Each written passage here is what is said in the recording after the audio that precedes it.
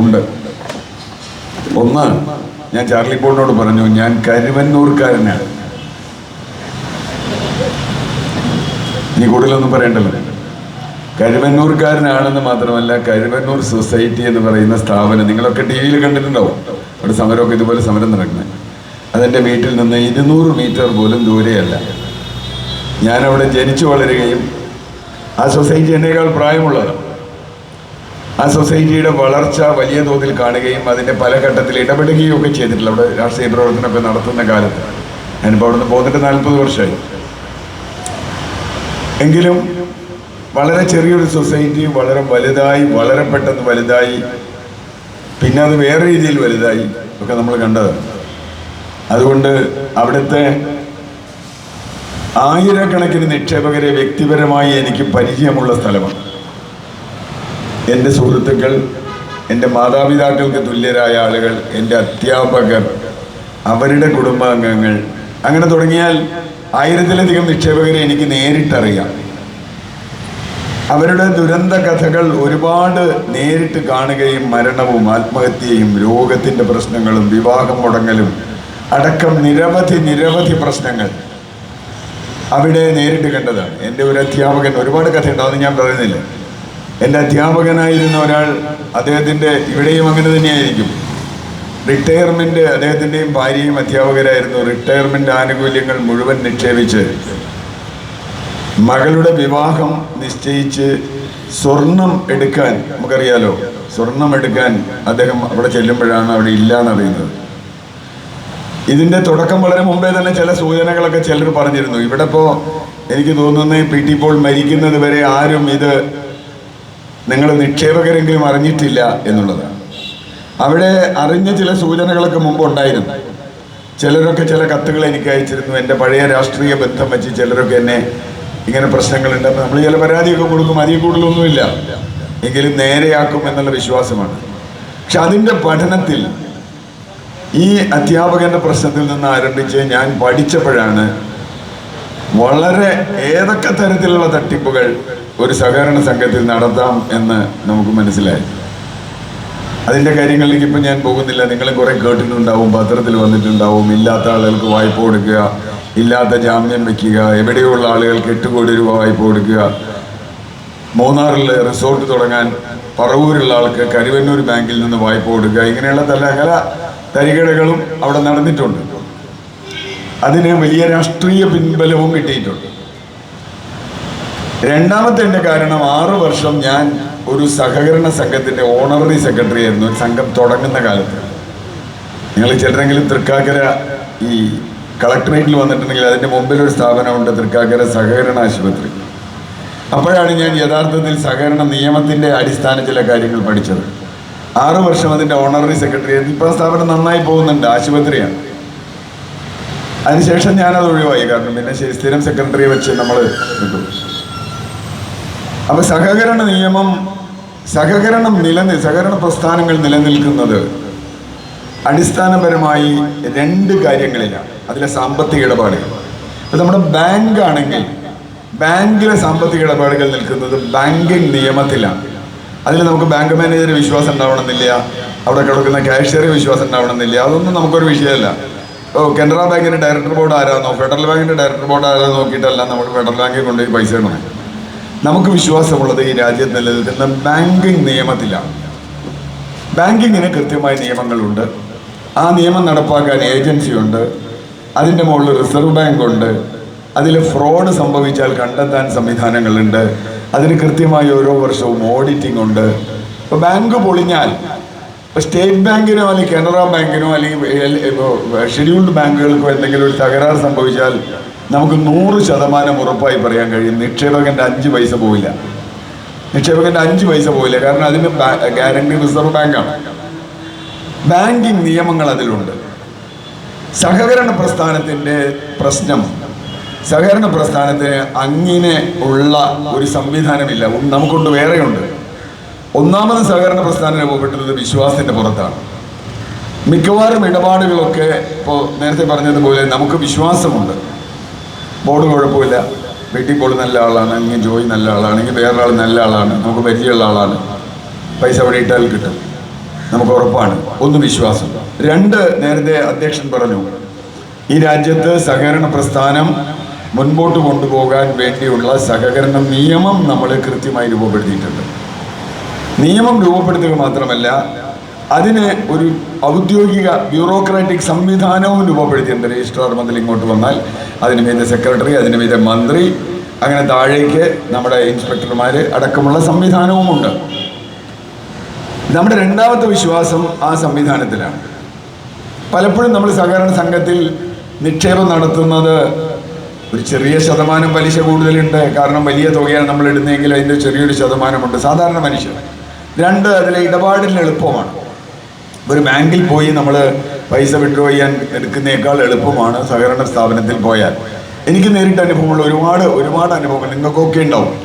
ചെറുകിട വ്യാപാരികൾ, ചെറിയ അത്യാവശ്യക്കാർ, ഇപ്പോൾ പെട്ടെന്ന് ആശുപത്രിയിൽ പോകേണ്ട ആളുകൾ, അവരെയൊക്കെ സംബന്ധിച്ചിടത്തോളം ഒരു ബാങ്കിൽ പോയി ഒരു ലോൺ എടുക്കാനൊക്കെ ബുദ്ധിമുട്ടാണ്. നേരെ മറിച്ച് ഒരു സഹകരണ സ്ഥാപനത്തിൽ പോയി നമുക്കൊരു ഹാൻഡ് ലോൺ എടുക്കാനോ അല്ലെങ്കിൽ ചെറിയൊരു വായ്പ എടുക്കാനോ ഒക്കെ അറിയും. അവർക്കറിയാം, ഈ ഡയറക്ടർമാർക്കറിയാം, സെക്രട്ടറിക്ക് അറിയാം, ഇയാളുടെ വീട്ടിൽ ഇയാൾക്ക് അസുഖമാണ്, സീരിയസ് ആയ അസുഖമാണ്, അപ്പോൾ വേഗം കൊടുക്കണം. പക്ഷെ ബാങ്ക് മാനേജർക്ക് അത് അറിഞ്ഞുകൊള്ളുന്നില്ല. ബാങ്ക് മാനേജർ ഡോക്യുമെൻ്റ് കൊണ്ടുവരും, ആ ഡോക്യുമെൻ്റ് കൊണ്ടുവരും, ഈ ഡോക്യുമെൻ്റ് കൊണ്ടുവരും എന്ന് പറയും.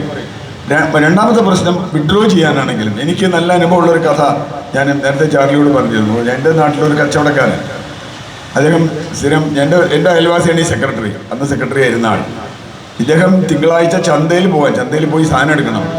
അദ്ദേഹം രാവിലെ പോയി ഈ സെക്രട്ടറിയെ കാണും. കാരണം ശനിയാഴ്ച ഞായറാഴ്ച പൈസ എടുത്തിട്ടുണ്ടാവില്ല. സെക്രട്ടറിയുടെ അടുത്ത് 5000 രൂപയുടെ ചെക്ക് കൊടുത്തിട്ട് 5000 രൂപ സെക്രട്ടറി പോക്കറ്റിൽ നിന്നെടുത്ത് ഇയാൾക്ക് കൊടുക്കും. എന്നിട്ട് സെക്രട്ടറി കൊണ്ടുപോയി ക്യാഷ് എൻകാഷ് ചെയ്ത് സെറ്റിൽ ചെയ്യും. കാരണം ഇല്ലെങ്കിൽ ഇയാൾ ഉച്ചവരെ കാത്തിക്കണം. ഉച്ചയ്ക്ക് മാർക്കറ്റിൽ പോയാൽ കിട്ടില്ല, അപ്പോൾ അന്ന് കച്ചവടം നടക്കില്ല.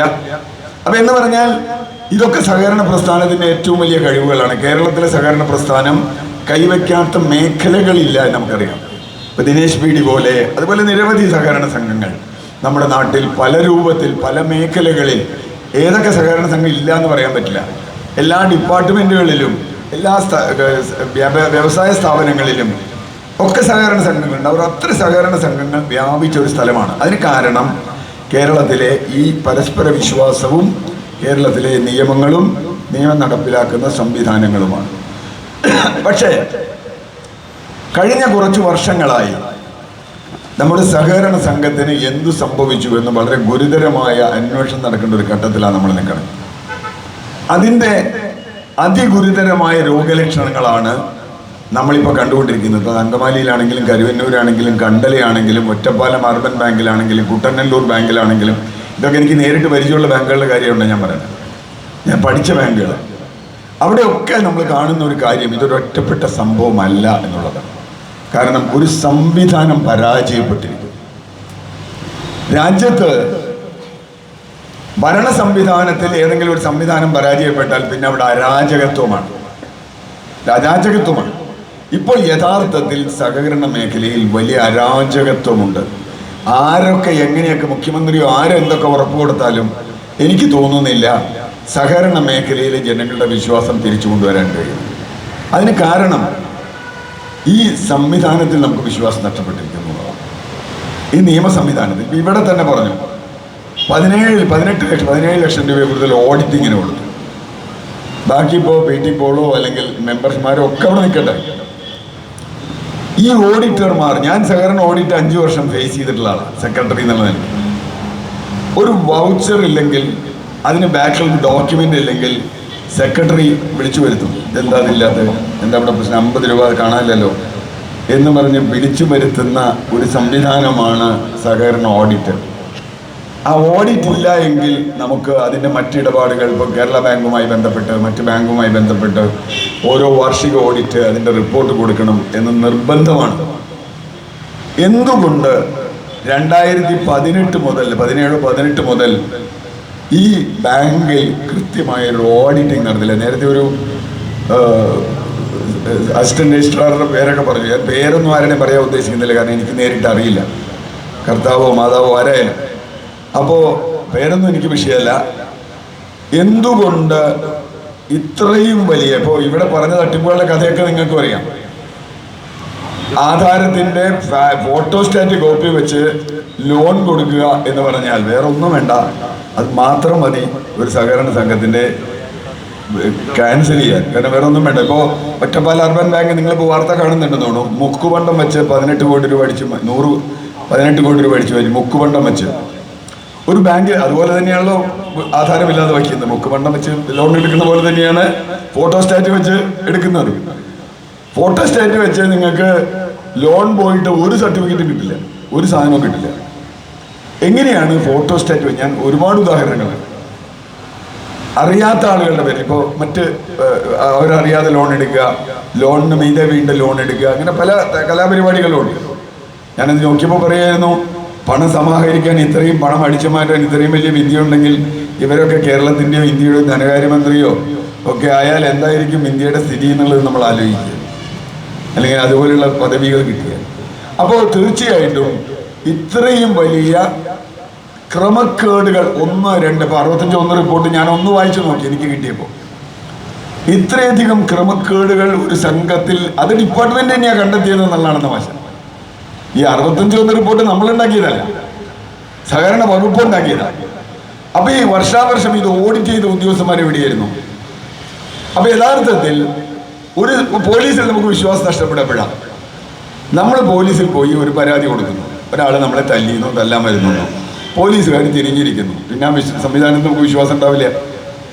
അവരെ സത്യസന്ധമായി റിപ്പോർട്ട് എഴുതി അന്വേഷിച്ചു, കണ്ടെത്തി, പ്രതിയെ കണ്ടെത്തി പിടിക്കുമ്പോൾ നമുക്ക് പോലീസ് സംവിധാനത്തിൽ വിശ്വാസം ഉണ്ടാവും. അതുപോലെ തന്നെയാണ് നമ്മുടെ നികുതി പണം ശമ്പളമായി കൊടുക്കും. നേരത്തെ അധ്യക്ഷൻ പറഞ്ഞതുപോലെ ഇരിക്കുന്ന ആളുകൾ ഇതിൻ്റെ അവരുടെ ഉറപ്പിൽ ഞാൻ പണം നിക്ഷേപിച്ച് എന്നെ വഞ്ചിച്ച, യഥാർത്ഥത്തിൽ ഞാൻ ഡയറക്ടർ ബോർഡ് അംഗങ്ങളെക്കാൾ ഞാൻ കുറ്റം പറയുക ഉദ്യോഗസ്ഥരെയാണ്, വേറെ ഒന്നുമല്ല. അവരെയാണ് നമ്മളെ ഏൽപ്പിച്ചിട്ടുള്ളത്, നിയമം നടപ്പാക്കാൻ ഏൽപ്പിച്ചിട്ടുള്ളത്. ഡയറക്ടർ ബോർഡുകാർ കാശടിച്ചു മാറ്റി.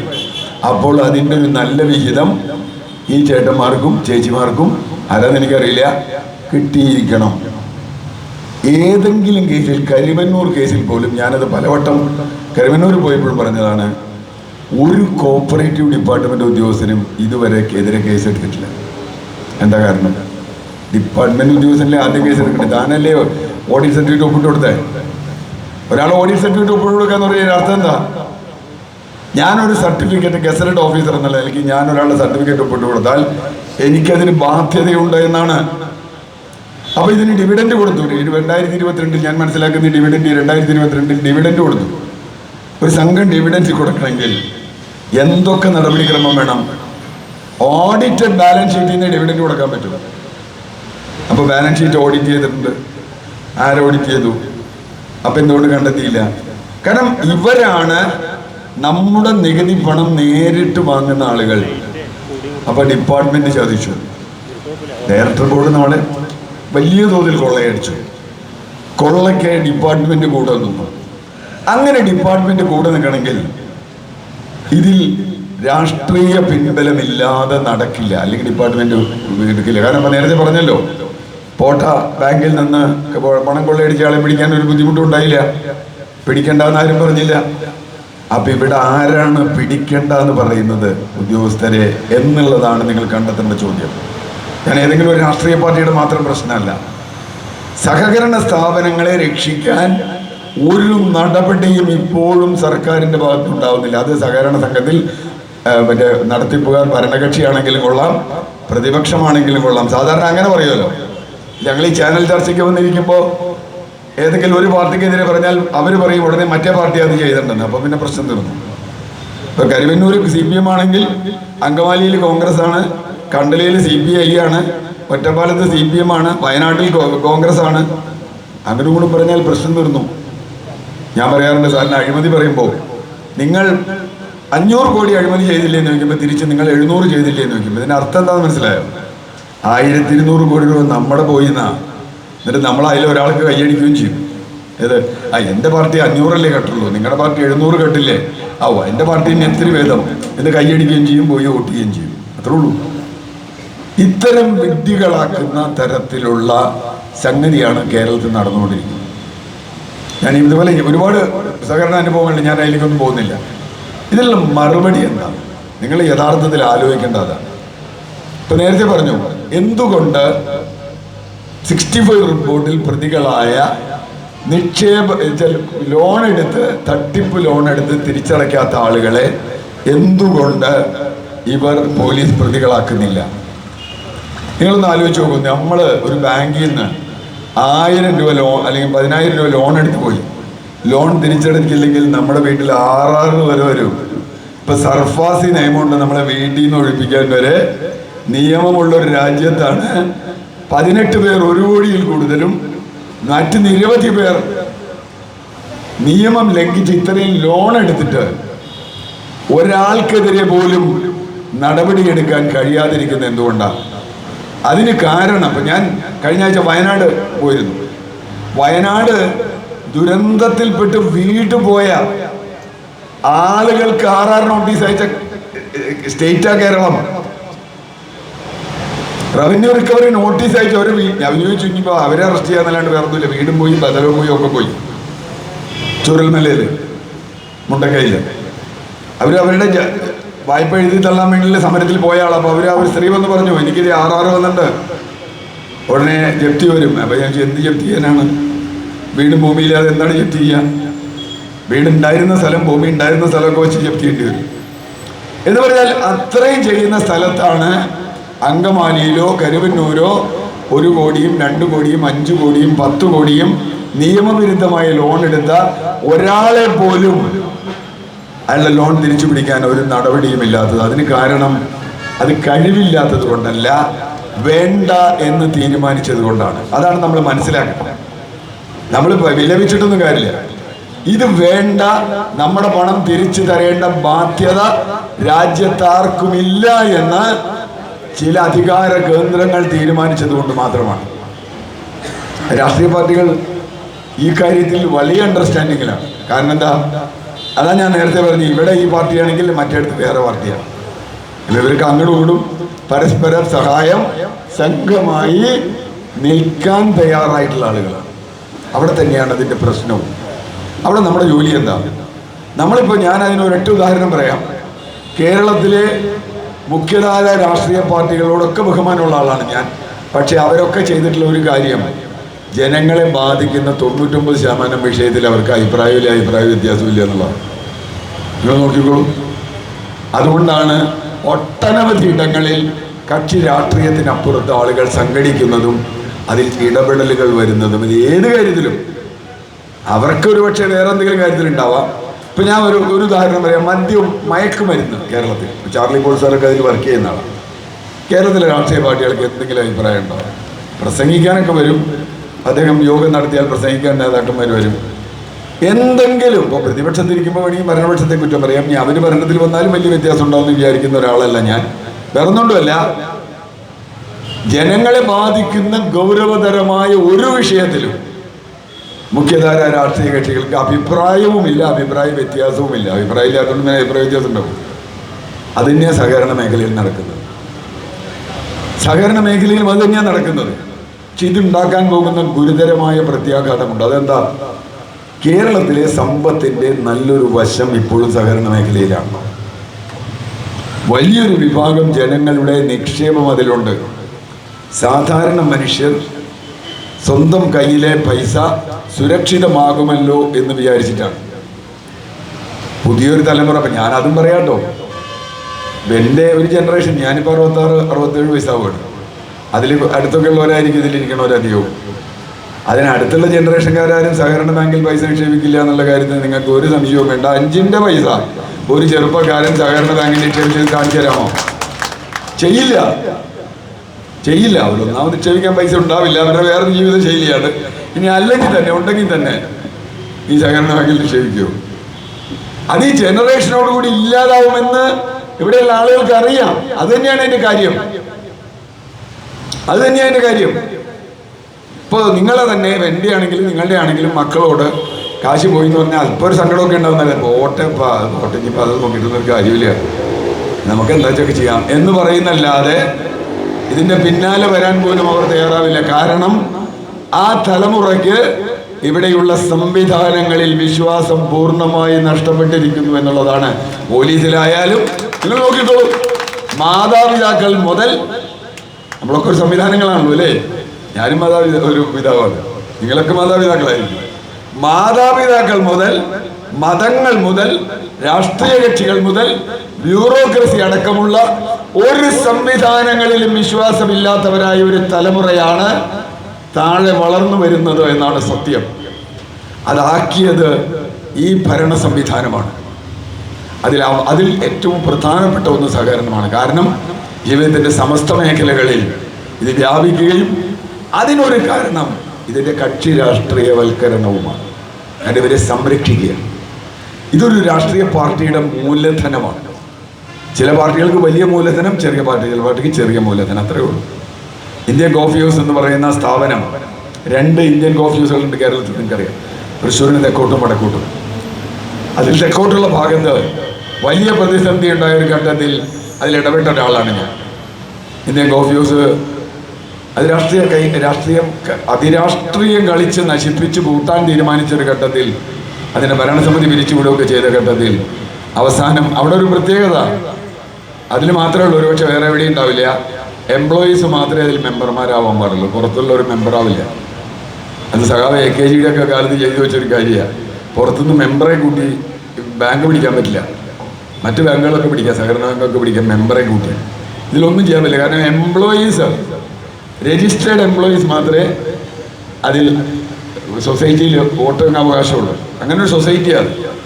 എന്നിട്ട് പോലും അതിൽ തട്ടിപ്പ് നടത്തി പിടിക്കാൻ ശ്രമിക്കുകയും അവസാനം കോടതി ഇടപെടുകയും പുതിയ സംഘം തെരഞ്ഞെടുപ്പ് നടത്തുകയും ചെയ്യുന്നതിൽ ചെറിയൊരു പങ്ക് വഹിച്ച ആളാണ് ഞാൻ പറഞ്ഞത്. കക്ഷി രാഷ്ട്രീയത്തിൻ്റെ അതിപ്രസരവും രാഷ്ട്രീയ കക്ഷികൾ. ഇപ്പം ഇന്നലെ ഒരു വാർത്ത നിങ്ങൾ കണ്ടു എന്നറിയില്ല.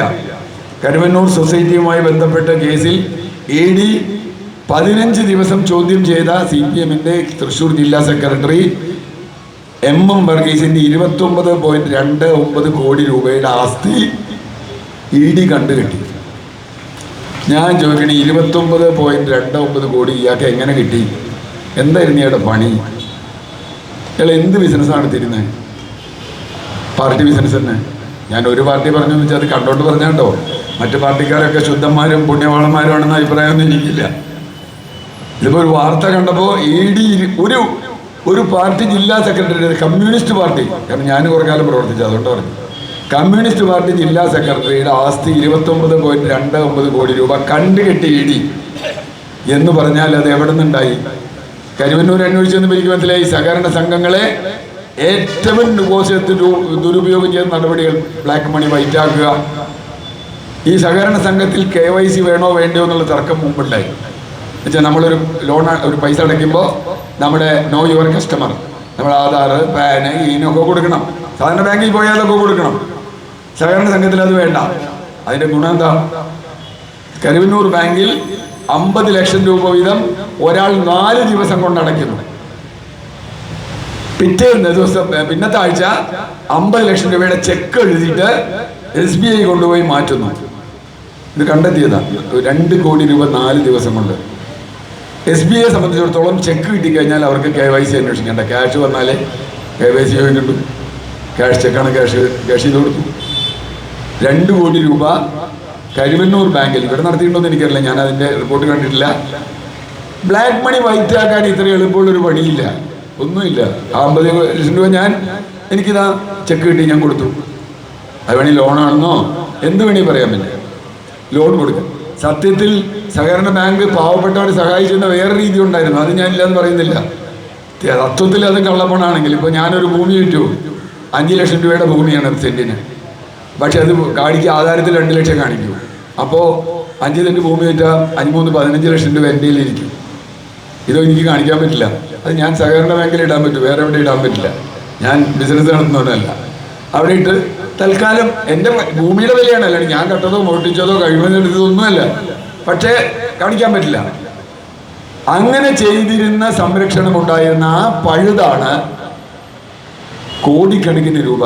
അതുകൊണ്ടാണ് ഞാൻ അന്ന് കരുവന്നൂർ ബാങ്ക് വന്നപ്പോൾ ആദ്യത്തെ ചോദ്യം ഞാൻ ചോദിച്ചത്, കരുവന്നൂരിൽ നിന്ന് 30 കിലോമീറ്റർ അകലെയുള്ള വടക്കാഞ്ചേരിയുള്ള അരവിന്ദാക്ഷൻ്റെ അമ്മയുടെ പേരിൽ എങ്ങനെയാണ് കരുവന്നൂരിൽ 75 ലക്ഷം രൂപയുടെ നിക്ഷേപം വന്നത്? 75 വയസ്സായ അമ്മയുടെ പേരിൽ 30 കിലോമീറ്റർ ദൂരെയുള്ള കരുവന്നൂർ സഹകരണ ബാങ്ക്, അതിനൊരു ഏരിയ ഉണ്ട്. ഓരോ ബാങ്കിനും ഒരു ഏരിയ ഉണ്ടല്ലോ. അവിടെ നിന്ന് എങ്ങനെയാണ് വന്നത്? അതിങ്ങനെ വന്നേ ഈ അരവിന്ദാക്ഷൻ്റെ ഒരു പാർട്ടിക്കാരനായതുകൊണ്ട് തന്നെ, അല്ലാണ്ട് വേറെ എങ്ങനെ വരും? അപ്പം ഞാൻ പറഞ്ഞത് വ്യാപകമായി കണ്ടല ബാങ്കിലെ ഇപ്പോൾ വേറെ ആണ്, അപ്പം അതിലേക്കൊന്നും അവർ പോകുന്നില്ല.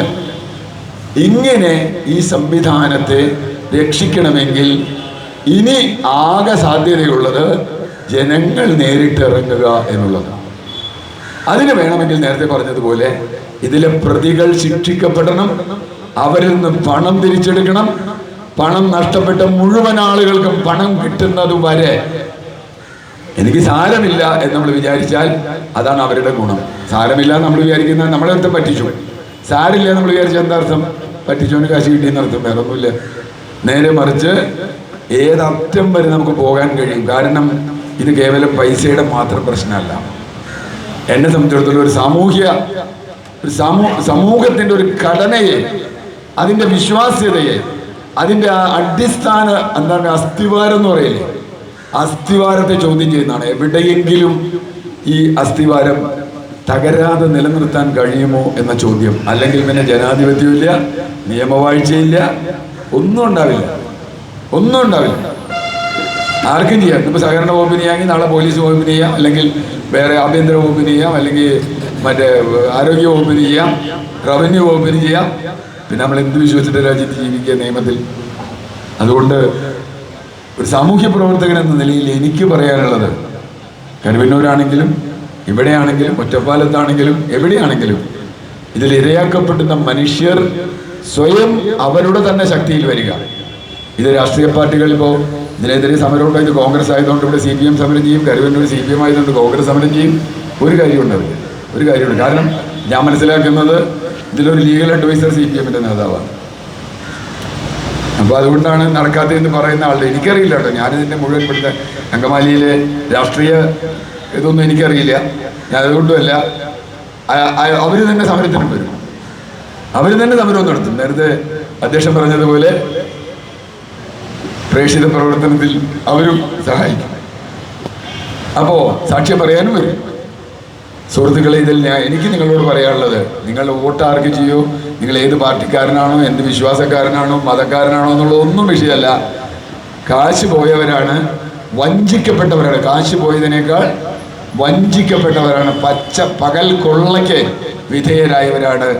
അതിന് പകരം നമുക്ക് നീതി കിട്ടിയേ പറ്റൂ. ആ നീതിക്ക് വേണ്ടിയുള്ള പോരാട്ടമാണ് നിങ്ങൾ നടത്തുന്നത്. ഞാൻ അതാണ് അതിൽ പറയുന്നത്. ആ നീതിക്ക് വേണ്ടിയുള്ള പോരാട്ടത്തിൽ നിങ്ങളോടൊപ്പം ഒരു പൊതുപ്രവർത്തകൻ എന്ന നിലയ്ക്ക് ഞാനുണ്ടാകും എന്ന് മാത്രം പറഞ്ഞുകൊണ്ട് നിങ്ങളുടെ എല്ലാ അനുവാദത്തോടെ ഇത് ഉദ്ഘാടനം ചെയ്ത് അറിയിക്കുന്നു. ജയ് ഹിന്ദ്, അഭിവാദ്യം.